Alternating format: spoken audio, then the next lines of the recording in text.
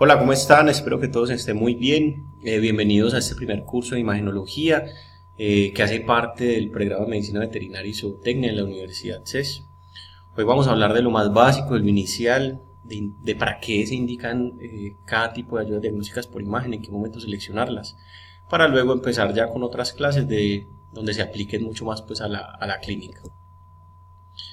Sabemos que el plan diagnóstico hace parte del ECOP, que es el expediente clínico orientado al problema, donde nosotros primero empezamos a hacer una anamnesis, a evaluar el paciente, la historia clínica, sacar una lista de problemas, sacar una lista de diagnósticos diferenciales y luego hacemos un plan diagnóstico que son todas las ayudas diagnósticas que me permitan a mí descartar un diagnóstico presuntivo o final.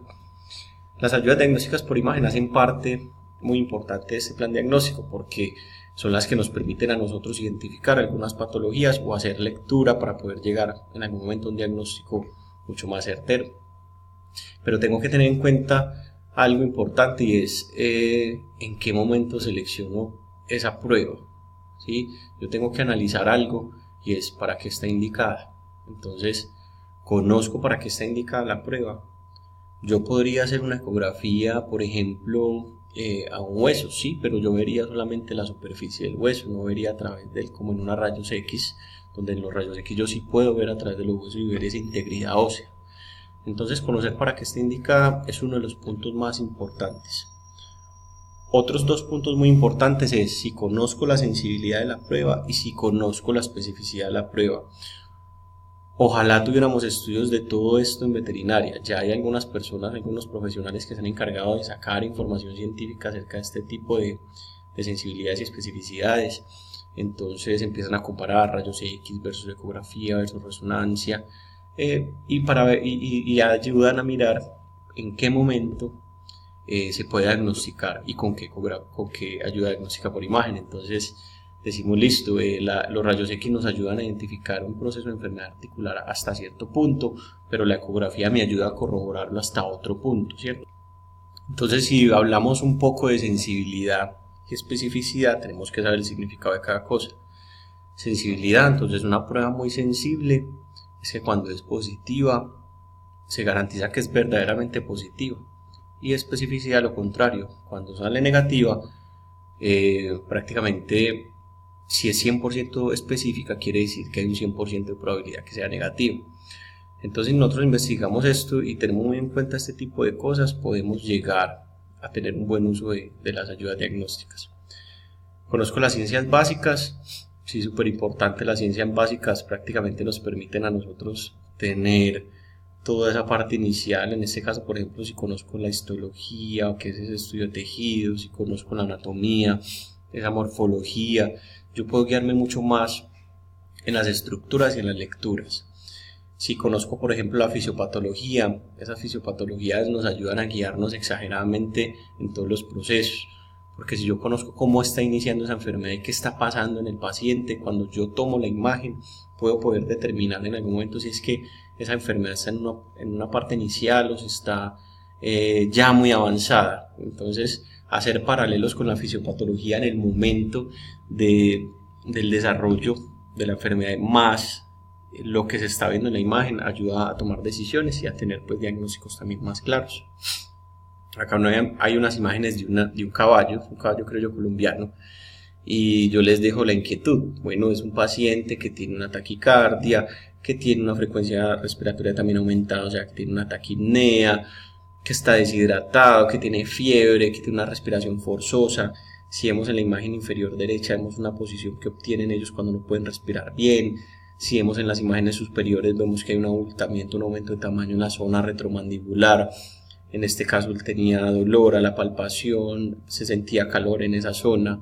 Si vemos en la imagen inferior izquierda, hay una secreción por los hollares que es purulenta y tiene cierta cantidad de moco.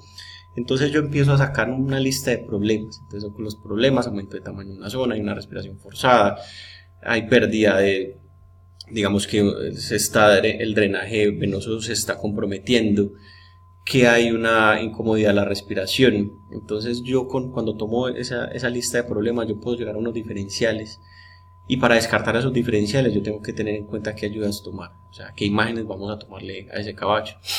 Si eso es un tejido blando y yo prácticamente a la palpación puedo moverlo, entonces tengo que identificar si hay un ganglio linfático, por ejemplo, ahí, o si es una bolsa que normalmente tienen los caballos ahí como estructura anatómica, pero que cuando está patológica podemos ver un abultamiento en esa zona, pero que nos toca a nosotros diferenciar qué contenido tiene esa bolsa. Entonces, digamos que con la ecografía nos ayuda a diferenciar muy bien si hay un material purulento, si hay un material gaseoso, si hay un tejido mucho más fibroso. Y con rayos X también podemos identificar en algún momento si ya hay una zona que se mineraliza, y digamos que cuando hay una especie de condroides, entonces los podemos identificar mucho mejor cómo está su disposición con radiografía.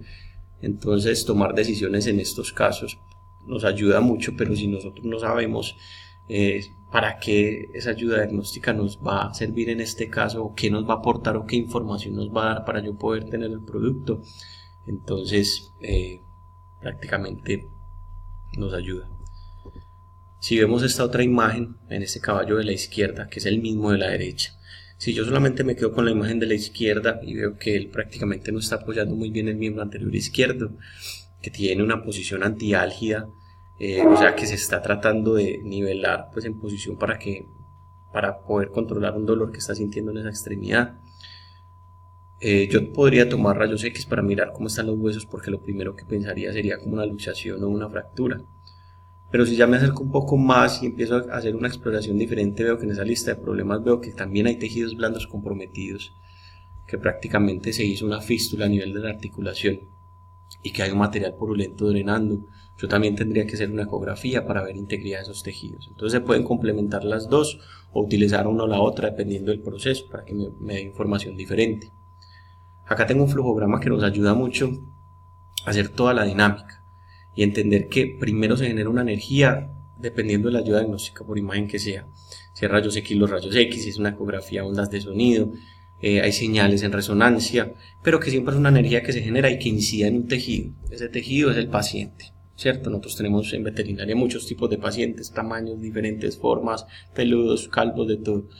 Entonces tenemos que ver que esa energía incide en un paciente y que cuando esa energía incide en un paciente se genera una señal. Entonces esa señal se va a un detector. Esa señal es diferente en las diferentes ayudas diagnósticas. Digamos que en ecografía la señal que se genera es un eco. Entonces ese eco lo detecta la sonda. Y esos detectores van a hacer un procesamiento de esa información y van a producir una imagen. ¿Qué tenemos que tener en cuenta y que sea muy importante, que siempre vamos a tener presente? Y es que la imagen solamente es un insumo.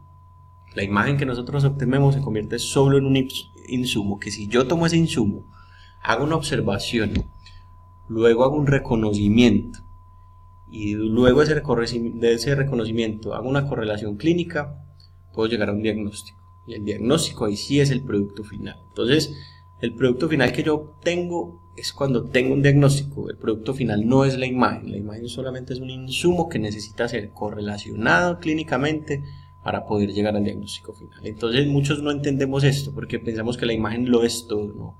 Podemos tener la imagen más diagnóstica y más bonita, pero si yo no tengo la habilidad de hacer una buena observación, una buena correlación, no va a llegar al producto final. Cuando estoy hablando entonces de imagenología, dependen muchas cosas del éxito de ella. Si nosotros tenemos el equipo ideal, puedo tener éxito en él, pero saber para qué es ese equipo. Si nosotros miramos la imagen de la derecha, vemos que hay un pony que es un caballo muy pequeñito y le están haciendo una radiografía. Yo en este tipo de caballos tan pequeños yo puedo tener acceso a todas las zonas, a un abdomen, a un tórax, a una pelvis, y hacer radiografía de ellos. Pero si yo ya estoy teniendo un caballo adulto, prácticamente, que nos permita en algún momento a nosotros pues hacer una radiografía, pero ya más limitada, porque es un abdomen muy grande, es una pelvis muy grande, entonces la masa corporal no nos va a permitir penetrar muy bien esos rayos. Yo tengo que mirar qué otra ayuda nos puede ayudar como complemento. Entonces ahí va como el equipo y también el paciente adecuado, que yo sepa que el paciente se le puede hacer, que el paciente está preparado, que tiene la condición clínica para hacerlo, porque a veces nos toca trabajar de una forma más invasiva. Y el nivel de preparación del médico veterinario, como lo decíamos anteriormente, puede ser la mejor imagen, pero si no está la habilidad para correlación, el diagnóstico se nos pierde. Hablamos de ayudas diagnósticas como no invasivas en el trabajo con humanos, entonces tienden a ser no muy invasivas, pero en veterinaria a veces se convierten un poco más invasivas no tanto porque haga daño la ayuda diagnóstica por imagen como tal, sino que hay muchos animales que nos toca sedarlos, que nos toca anestesiarlos para que se nos puedan quedar quietos y para poder tener un estudio más exitoso y diagnóstico. Entonces ahí es donde se nos vuelven un poco invasivas, por eso lo pongo pues como en signos de interrogación.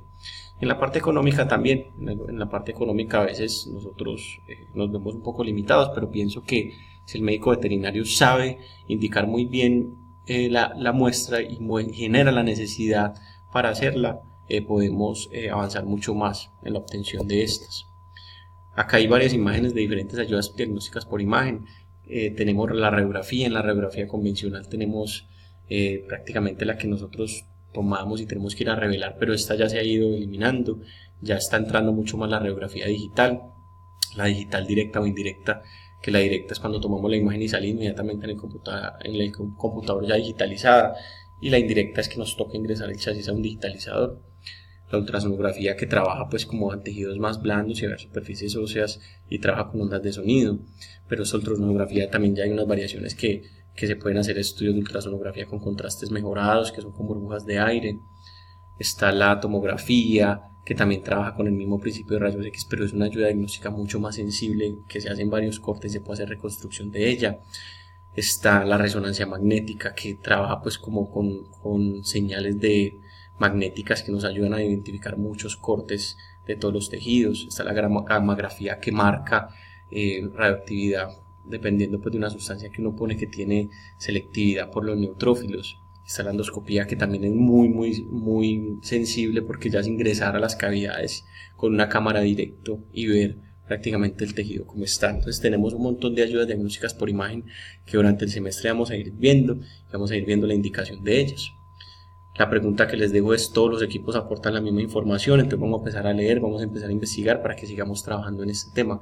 No todos los equipos aportan la misma información. Yo tengo que saber cómo trabajan, tengo que saber sus principios físicos para poder saber qué equipo utilizar en el momento ideal, para la enfermedad ideal, para los problemas ideales y llegar al diagnóstico certero y mucho más específico. Muchas veces no utilizamos ayudas diagnósticas por temas económicos o por desconocimiento de su aplicabilidad y por falta de los equipos. Pero si nosotros nos preparamos bien, podemos conocer mucho más su aplicabilidad, y pienso que el tema económico en algún momento puede pasar a un segundo plano. Listo, entonces tenemos dos imágenes donde tenemos dos extremidades de un caballo. Vemos la de la izquierda, es una articulación metatarsofalangica, y vemos que ese paciente tiene una herida. Vamos a cuestionarnos, para que continuemos la otra clase con esto, ¿qué ayuda diagnóstica por imagen le haríamos a este? Y la de la derecha es un caballo que también tiene una herida en un aspecto dorsal de una articulación y tenía una claudicación 5 de 5, o sea, tenía una cojera muy marcada. ¿Qué ayudas diagnósticas utilizaríamos en él y por qué? Teniendo en cuenta la sensibilidad y la especificidad de cada una. Continuaremos entonces otra sesión. Espero que sigan conectados. Muchas gracias.